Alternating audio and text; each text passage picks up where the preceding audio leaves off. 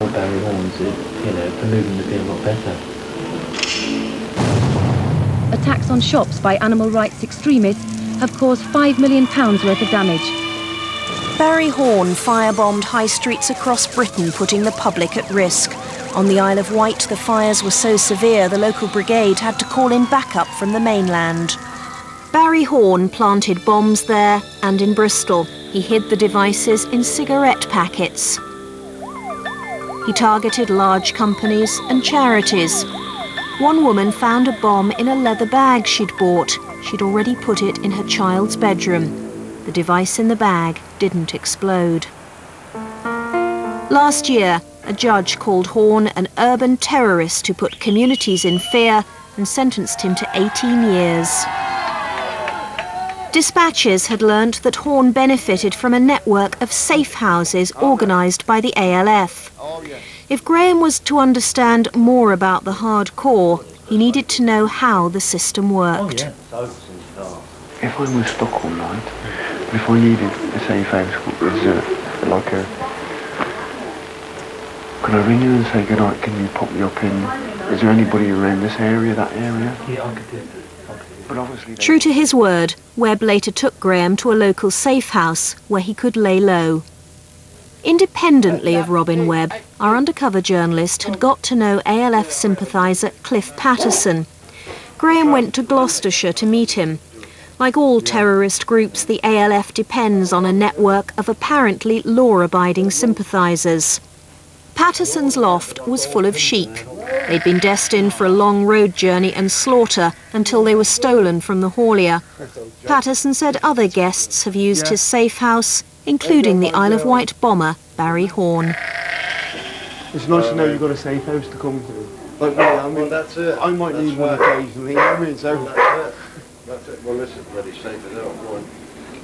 it's nice to know, innit? Because, like, I mean, when Barry was on his toes, like, you know what I mean? It's nice to know. Barry knew he could come here. You know, he's been up here a lot, and the other place we had, and some of his, a couple of his mates. I'm glad you helped Barry out. We've done a lot for Barry. We do a lot for all of them, man, with it. Yeah, that's right. Anyone who gets in the trouble, we told them, if you get in the trouble, if you want to come up here, that the way, quite welcome. By now, Robin Webb clearly thought Graham was committed to the ALF cause and would be willing to take direct action. So he suggested a target.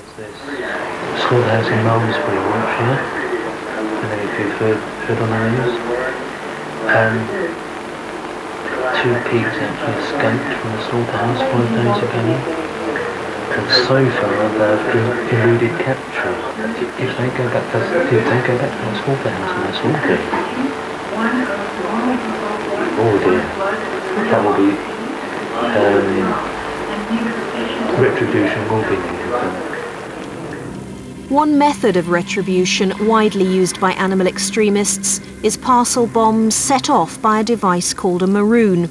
Many scientists have received them.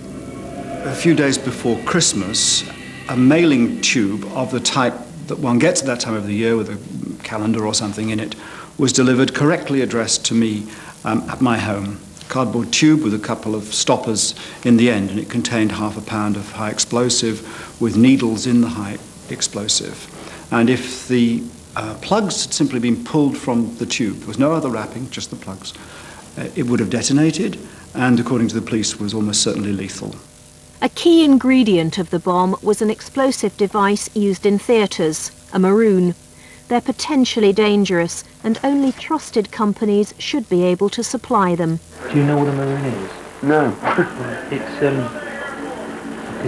a theatrical maroon, actually. They use it on stage and things like this. Just something that goes bad. Yeah. It's used as a detonator. Yeah. They're not easy to get hold of now because they've been used a lot in the rights devices. So it might be best if I come with some of those. Yeah, please.